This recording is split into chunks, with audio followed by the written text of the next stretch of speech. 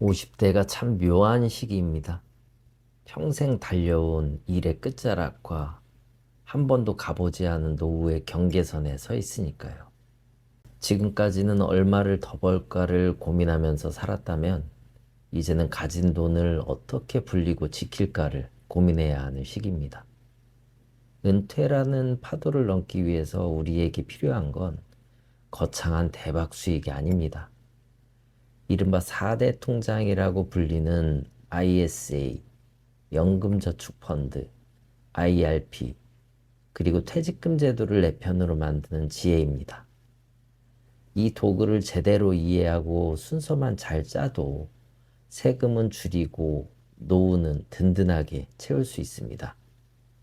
특히 오늘 영상 뒷부분에는 많은 분이 실제로 가장 궁금해하셨던 질문들을 모아서 심화 Q&A 세션을 준비했습니다.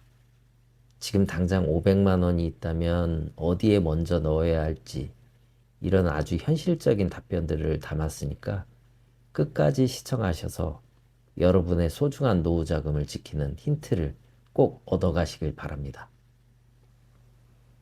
가장 먼저 챙겨야 할 건 절세의 끝판왕이라고 불리는 ISA, 즉 개인종합자산관리 계좌입니다. 이 안에서는 ETF나 펀드, 예금을 자유롭게 사고 팔아도 세금이 붙지 않습니다.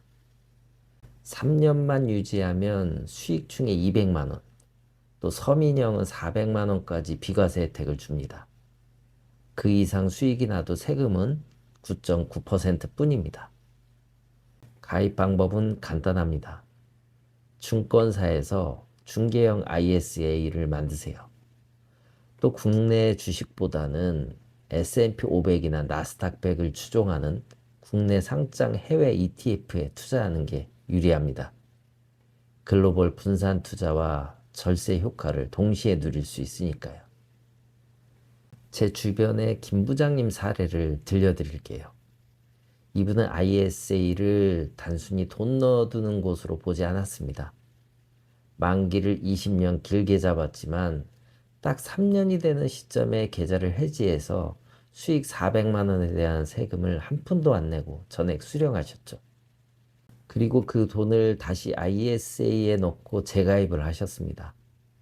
이렇게 3년 주기로 소위 말하는 풍차를 돌리니까 수익은 그야말로 복리로 늘어나고 세금은 계속 영원히 되는 마법을 경험하고 계십니다.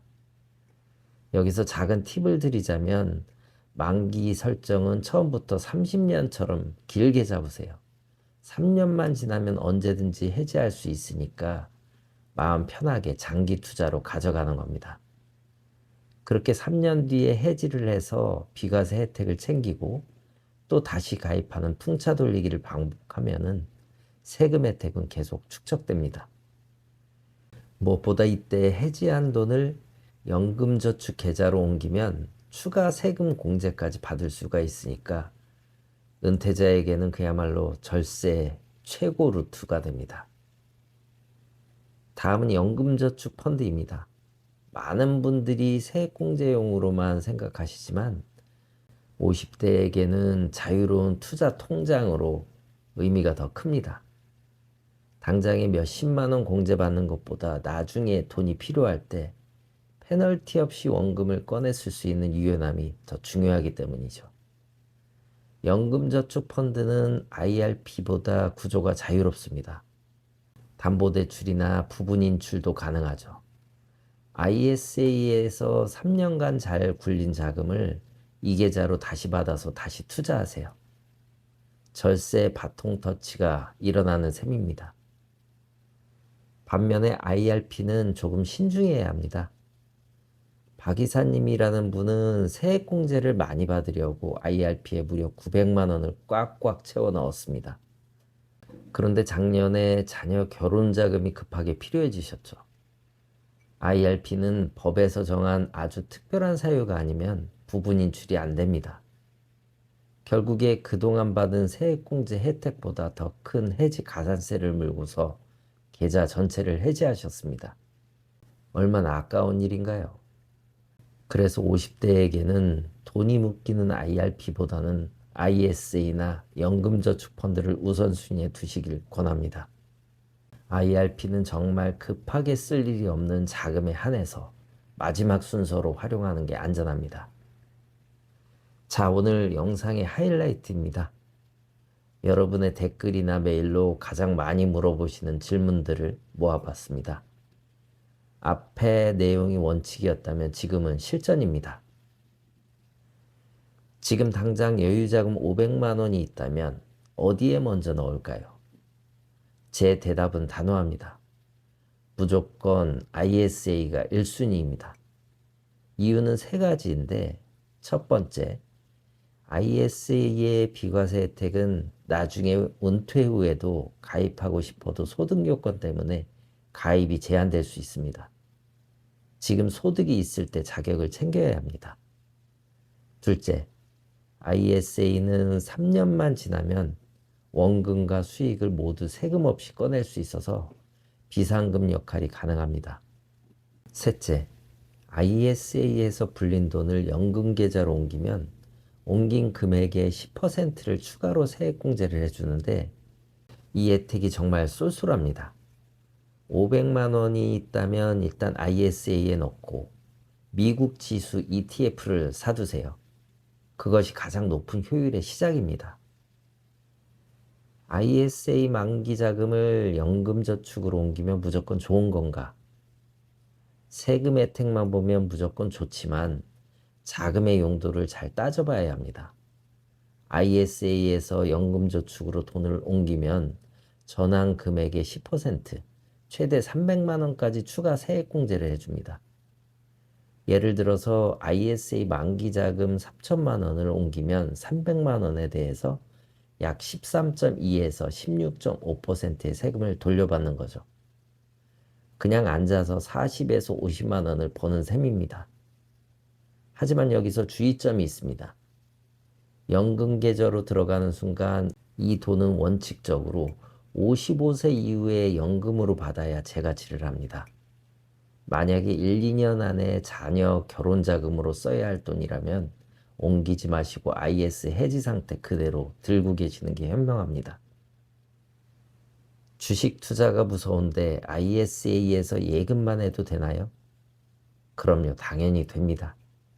일반 예금 통장은 이자의 15.4%를 세금으로 떼어가지만 ISA 안에서는 그 세금이 0원입니다. 물론 일반형 200만 원 한도 내에서요. 하지만 제가 추천드리는 방식은 반반 전략입니다.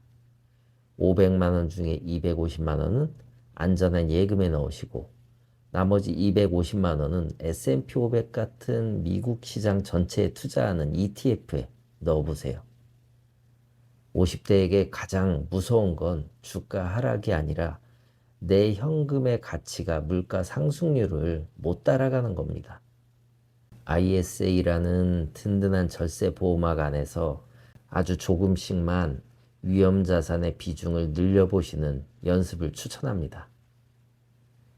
연금저축과 IRP 둘 다 가입해야 할까요?